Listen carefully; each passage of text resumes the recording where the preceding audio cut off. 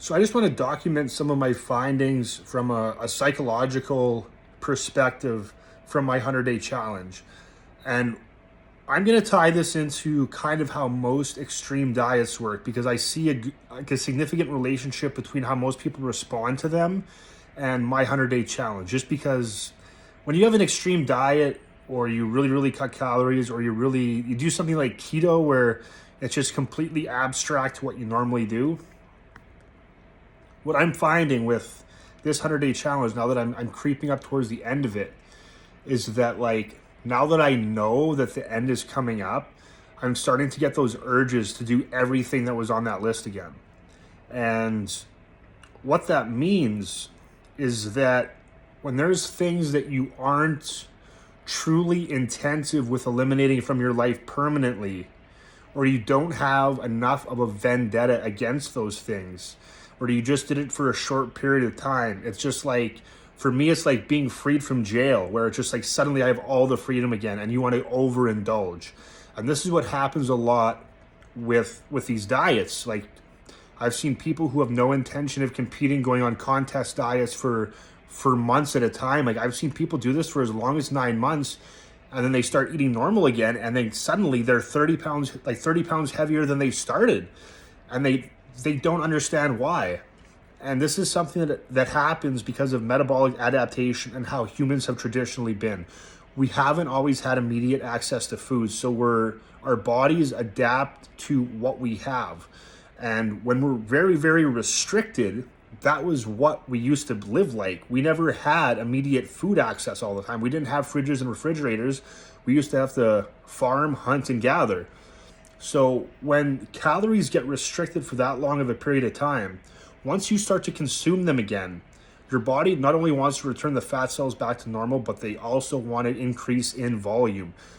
The same fat cells, your fat cells getting to the same size, but more of them. And this is why people rebound in that negative way. So when you do a diet like that, where you're heavily restricting your fat and your carbs, and then all of a sudden you just decide that you hit your goal, you lost your 30 pounds and you look good, now I can go back to doing what I'm doing or what I was doing. When you start to add those foods back in, this is what causes that negative rebound. What you normally have to do from a diet like this is reverse diet, which is gradually adding the carbs and fats back into your diet until you're at maintenance, so that you do not put on an excess amount of fat. But when you binge on those things and you suddenly have an excess of food all the time, your fat storage grows quite quickly. And I experienced this myself when I rebounded from contest prep my very first time when I was 25. I basically coached myself past the first few weeks. So, I mean, I put on a lot of weight a lot faster than I should have, and I should have just gradually brought my carbs and my fats back into my diet. But I went right back to doing what I was, which was like eating like, dinners, like going out at restaurants like 2, 3, 4 times a week, and social drinks all the time, right? So I put that weight on really quickly. I mean, I went up a total of 47 pounds in 3 weeks. Now, the first 25 or so is all water, but like your body has to get back to where it was in that sense because you get so dry from contests, but that's besides the point. When you diet like that and all of a sudden you hit your goal, you're like, I lost 30 pounds. Now the chains are off and you go back to eating carbs again. You go back to eating those foods that you love, that you never had the intention of eliminating for the rest of your life to begin with. You just chased a diet just to get that desired result. You just wanted to see the number change. You knew it wasn't a sustainable lifestyle change. And now for myself, when I put that 100-day challenge in place, a lot of those things on the list, I never had the intention at my heart to eliminate for the rest of my life. So now that I'm, getting close to the end, like I'm on day 99 now, in 2 days, I'm free. I want to be like, oh, let's go do all the things, you know what I mean? So you have to be aware of that psychological aspect where when you do extreme things, you get extreme kickbacks. When you have extreme tendencies like that, you just want to bounce from one extreme to the next to get the result that you want. You have to find something more moderate that gets you a long-term result. And this is what I'm saying with my gradual implementation and gradual reduction of habits. So instead of going straight from eating like a piece of shit, I'm gonna go fucking keto and eat 1,400 calories a day. All you're doing, for the average person, you're not nearly as close to being as disciplined as I am, where you can just shut everything off for the vast majority of 100 days.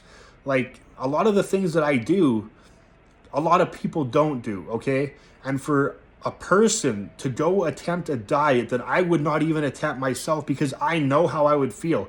If I cut my carbs for 16 weeks, I guarantee you on week 20, I would probably be fat, because I know that's what it does to you. I know how hard that is psychologically to deal with wanting those foods. If you have no intention of not eating pizza, pasta, potatoes, fruits, vegetables, like in volume, if you don't want to eat any of those good foods, if you don't think that you're ever going to go to a restaurant and sit down ever again, do keto. But if you think that I might have a pizza, I might have some burgers, I might have some fries, I might want to eat a box of fucking Pizza Pops. If you have the intention of eating those foods at any point of your life again, I suggest you don't do diets like that, because it's going to take a very, very high amount of discipline to say no to them once you start to get those urges again. It's a psychological comparison. I'm not saying that keto is like cutting out all the things I did on my 100-day challenge. I'm just reporting how I feel psychologically from restricting so many things, that I feel like that comparison would be similar.